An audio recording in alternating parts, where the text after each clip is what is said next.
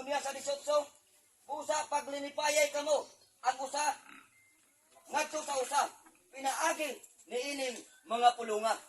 So kining mga pulunga, dili ingon nga pang daot o pang guba sa ubang mga tao kay maunay giingon ni Ginoong Hesus, Mateo 5:17, ayaw kamo paghuna-huna nga mianhi ako aron sa pagbungkag sa tuluhan o sa mga propeta.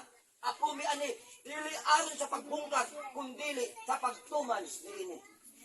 Pagpalikon sa unsa nga pamagi kay parang nga makasulod ka sa gingarian nga uban sa daghang mga kasakit. Naay gisulti diri si Salomon. Ibalik na ko ni. Ang Ecclesiastes kapitulo 11. Ingon niya atong basahon. Kini usan siya katambag nga dapat natong bantayan. Dili lang kay sa mga batan-on, kundi apil pud sa mga tigulang. Ingon niya, mga batan-on, pahimusli ang inyong pagkabatan-on. Paglipay, samtang batan-on pa kamo. Buhata ang gusto ninyo. O ginaot, nga maangkon ninyo ang inyong gipangandoy. Apan timan nga hukman kamo sa Dios sa inyong pagabuhaton. Ayaw itugot ang bisag unsa nga makapaguol o makasamad sa inyong balatian. Kay dili kamo magpabiling batan-on sa dugayng panahon. 12:1 sa Ecclesiastes, busa hinumdumi ang imong magbubuhat. Sumaunay gisulti sa atong ni Salomon, gisulat niya, hinumdumi ang imong magbubuhat. Ingon pa niya, kamong mga batan-on, buhat ang inyong gusto. Nang hinaot ko nga ang tanan yung gusto inyong maangkon. Apan, iman nga hukman gihapon kamo pag abot sa panahon. Kay ang giingon niya sa Ecclesiastes 11:10, kay dili man kamong magpabilin nga batan-on. Apan ingon niya sa 12:1, hinumdumi ninyo ang inyong magbubuhat. Kinsa may nagbuhat sa ato ang kinabuhi? Kinsa may naghatag sa ato kinabuhi? Walay lain. Katong nasulat sa Genesis 2:7, nga si Adan gihimo sa Dios pinaagig abog. Mauna nga nag-ingon ang pinadayag, kapitulo 3, versikulo 2, ipahimangnuan ta, ginapalig-on ta, kanunay sa ato mga pagtuo, nga mabatian nato ang pulong sa Dios. Ingon niya, pagmata, ug liguna, ang nanghibilin, nga hapit ng mamatay.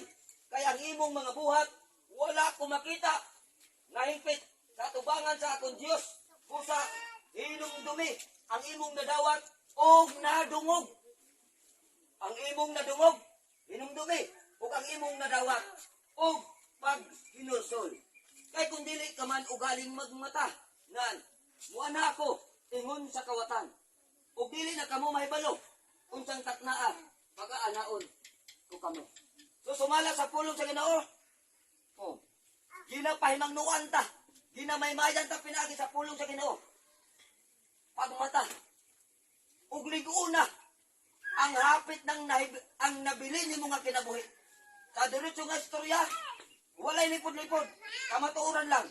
Igsoon, unsa bay rason, unsa bay dahilan, nganong naay mga tao nga dili pa nila kaya muduol sa Dios.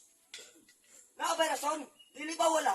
Kung walay rason, nganong dili man ta magpalapit sa iya?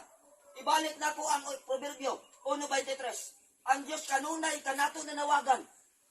Kanunay siya nagtawag kanato sa unsa nga pamagi. Daghan ang mga tao nagwali sa pulong sa Dios. Apan ang mga tao maoy ning balibad. Maunay giingon niya, pagmata na, liguna ang nabili nimo nga kinabuhi. Kung pila edad nimo karon sa mga batan-on, pero timan kamong mga batan-on, dili kamong magpabilin nga batan-on. Hinumdumi ang inyong magbubuhat. So dapat hinumduman nato. Na-imagine ninyo, nauna-unaan ba nato ang kanang nasulat sa Salmo, kapitulo 119, versikulo 57. Ingon ni David, atong basahon, walay lain. Ingon ni David, wala siya lain nga bahin. Salmo kapitulo 119, versikulo 57. Si Jehova mao ang akong bahin. Ako miingon nga magabantay ako sa imong pulong. So ang Dios nato, sa ngalan ni Ginoong Kristo, kung sa ato ang nabahin karon, siya lang yun ang atong bahin. O kamo kita, bilaom sa iyang mga pulong. Oh.